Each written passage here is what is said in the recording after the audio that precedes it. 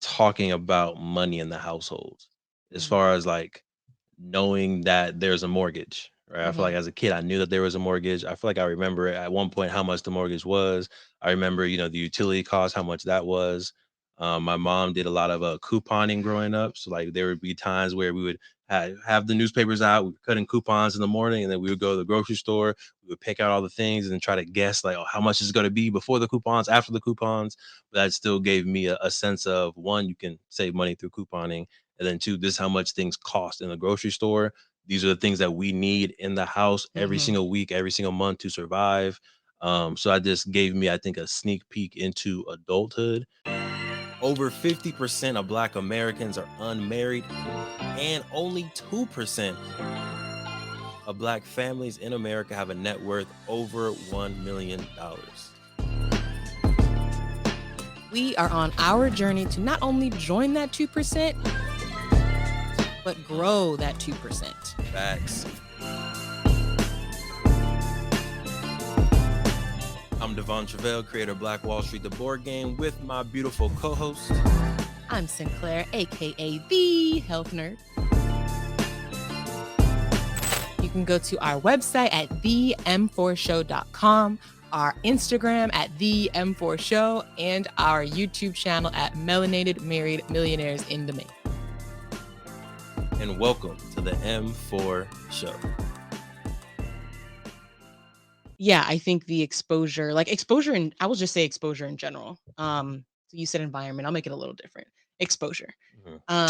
Exposure to like seeing different parts of the country. Like I said, like we would every Thanksgiving we would go up to San Francisco to Nana's house, and be there for Thanksgiving. So I always looked forward to that. Like looked forward to the drive.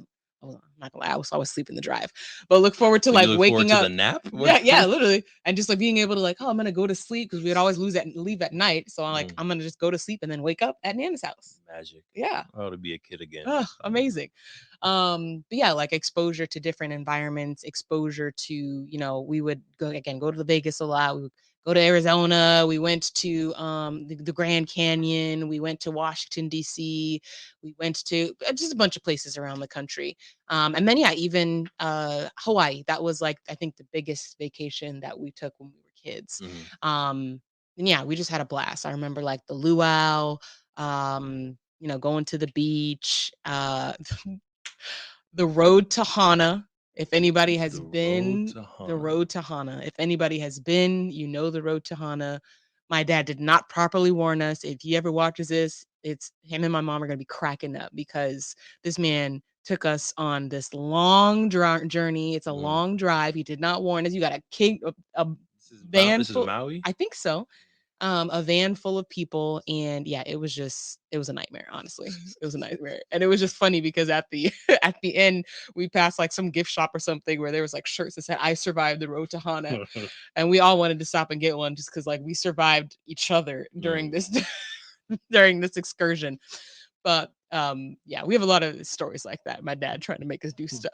Like in Washington, D.C., when we walked to all of the monuments. Oh, she looks hurt, huh? She If sounds you hurt. know Washington, D.C. in the summer, you know It's that hot. yeah, it's so Humid. hot. We were miserable. Okay, sorry, you taking me down the road.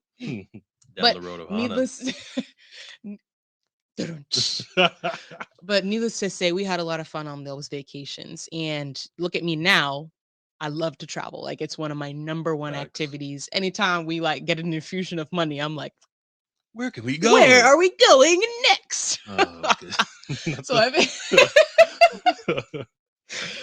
so I feel like I obviously was exposed to travel from yeah, at a young age, again, even if it's just a road trip. Like, so it doesn't have to be, again, Hawaii. We never left the country. Like Hawaii was the furthest that we went. But now, right, we're going to Thailand, we're going to Italy, we're going to, so it's not Africa. Africa, right? Taking a road trip 2 hours away is exposure to a different environment. So Yeah. even if within your own means, whatever that looks like, even if it's the next city away, like whatever that looks like for you, expose your kids, expose your families to different environments. It helps expand the imagination and knowing what is possible. Um, you've mentioned, I don't remember where it came from, but like your brain can literally only fathom what it has seen before. And so, yes, we see a lot of things on social media, but it is a completely different experience to see something with your own eyes, to experience it with your own body and be there in person. So, yeah, give your kids those different just as different experiences. Again, even if it's just, if you live in LA, go to San Diego for the weekend. Like, Yep. you can just go to a different city, do a staycation in like an Airbnb, right? You can do hikes, you can do beach days, things that are free and fun. Yeah, I just, even just driving around, walking around, like it can be made into an adventure and a fun thing. It doesn't have to cost a bunch of money. You don't have to go across the country or across the world. Like, just exposing them to a different environment, I think can Hmm. really broaden the mind.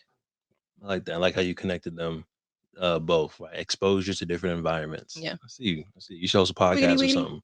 Look, we're gonna get right back into the amazing podcast. But if you didn't know, in 2017, we created Black Wall Street, the board game, because we thought more families needed to know about the history of Tulsa Black Wall Street.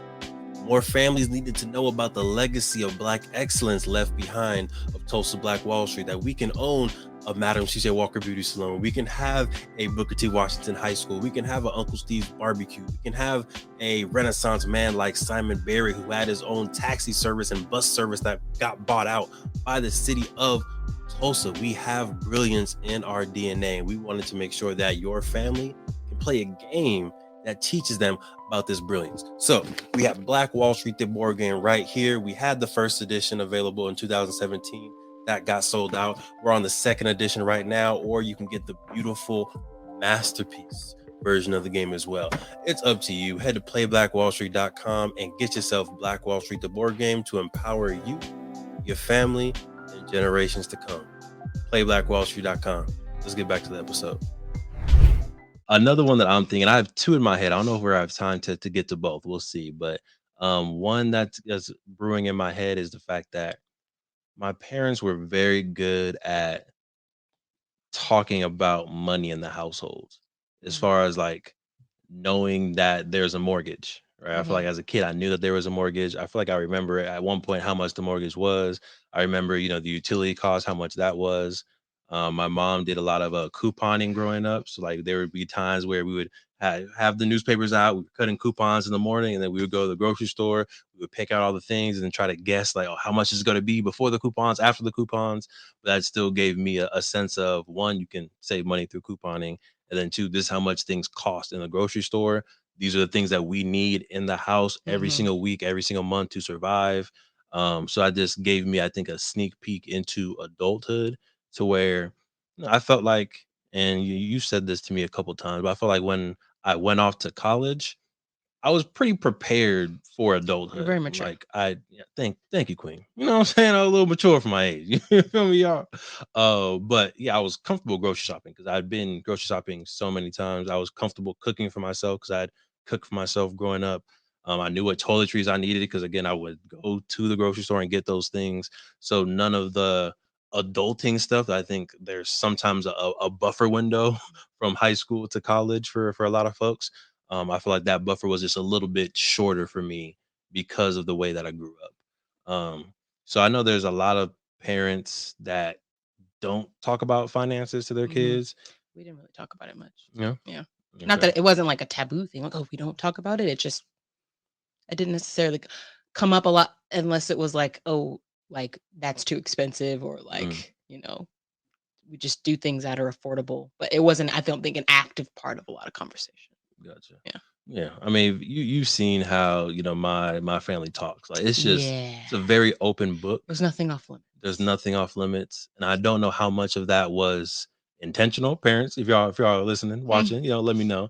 I don't know how much of that was like intentional. Like, we're gonna raise you to know about money, so you're gonna know how much our mortgage is. You're gonna come grocery shopping, or how much was just, we're talking about stuff, and if you hear it, you hear it. yeah. Like, we're not tripping.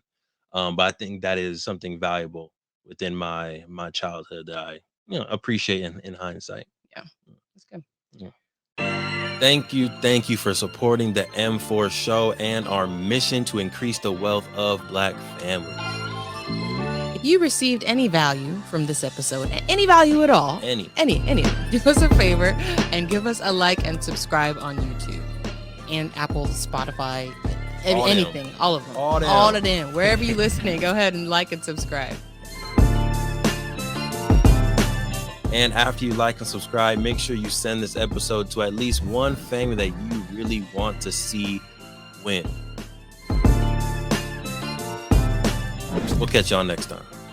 Peace.